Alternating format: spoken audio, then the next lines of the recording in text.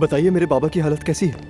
Operation हमारी तवक्को से बेहतर रहा। या खुदा तेरा शुक्र है। खुदा का शुक्र। शुक्र है मेरे परवरदिगार। उनकी हालत अब बेहतर है। ये एक मुश्किल ऑपरेशन था, इसलिए चंद दिनों के लिए हम उन्हें बेहोश रखेंगे और यही बेहतर है। डॉक्टर क्या वो खतरे से बाहर है? ये कहना कब्ल वक्त होगा। फिलहाल हम उन्हें कुछ दिनों के लिए बेहोश रखेंगे और उन्हें होश में लाने के बाद कुछ टेस्ट वगैरह करेंगे, उसके बाद ही कंडीशन का पता चलेगा। इंशाल्लाह बेहतर हो जाएंगे। आप लोग उनके लिए दुआ करें। आपका शुक्रिया। या अल्लाह तेरा शुक्र है। अल्लाह का शुक्र है लैला। जी भाभी, अच्छी बात है।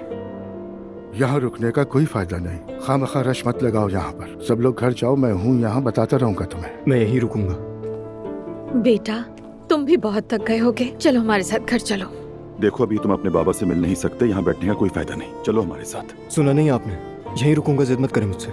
ठीक है, ये मेरे साथ रहेगा, तुम लोग जाओ। चलो चलते हैं।